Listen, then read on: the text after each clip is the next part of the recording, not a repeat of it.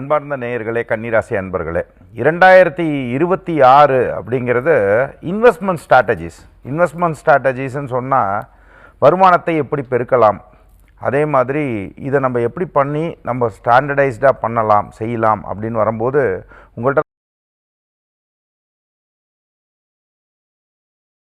இருந்தீங்கன்னாலோ இல்லை நீங்கள் ஒரு ரூட்டில் போயின்னு இருக்கீங்கனாலோ அதை நீங்கள் போய் டிஸ்டர்ப் பண்ணாதீங்க.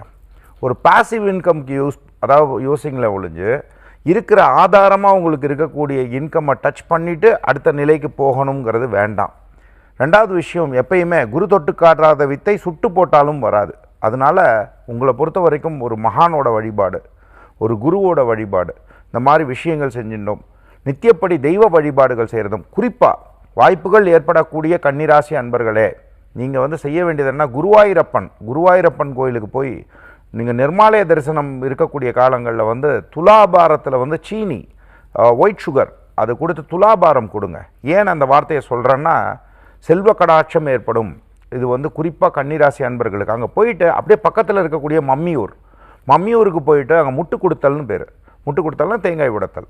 அங்கே போயிட்டு அங்கே பகவதி அம்மாவுக்கு போயிட்டு உங்கள் தொழில் ரீதியாகவும் உங்கள் உடல் ரீதியாகவும், இது உடல் ரீதியான விஷயங்கள் ஏன் சொல்கிறேன்னா அது பரிகாரம் பண்ணுவாங்க. அந்த பரிகாரத்தை பண்ணிவிட்டு நீங்கள் கிளம்பி வாங்க.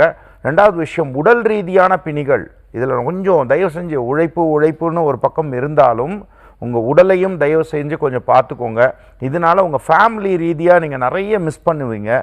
மிஸ் பண்ணுற விஷயங்களை கொஞ்சம் பேலன்ஸ் பண்ணுறதுக்காக பணம் ஒரு பக்கம் இருந்தாலும் உங்களோட உடம்பையும் கொஞ்சம் பார்த்துக்கோங்க. நர்வஸ் டிஸார்டர் சம்மந்தமாக, ஹார்மோனல் இம்பேலன்ஸ் சம்மந்தமாக, கண் சம்மந்தப்பட்ட பிரச்சனைகள் சம்மந்தமாக, டயர்ட்னஸ்னால் சில எதிர்பார்க்காத சில ஒரு ஆக்சிடென்ட்ஸ், இந்த மாதிரி விஷயங்கள் சம்மந்தமாக இதெல்லாம் உங்களுக்கு இருக்கும். ஸோ ப்ளீஸ், நான் உங்களுக்கு எல்லாருக்குமே சொல்கிறது என்னென்னா, கொஞ்சம் வேகங்களை கொஞ்சம் குறைச்சிட்டு விவேகத்தோடு செயல்படக்கூடிய கன்னிராசி அன்பர்களுக்கு மிகவும் நன்மை நிறைய விஷயம் இருக்கும்.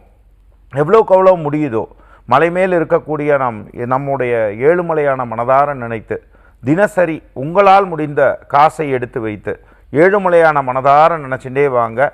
உங்களுக்கு நிறைய இப்போ சொத்துகள் சேரக்கூடிய அமைப்புகளும், அதே போல் நிறைய செல்வங்கள் சேரக்கூடிய அமைப்பு. செல்வம்னா ஒன்றும் பணம் மட்டுமே கிடையாது.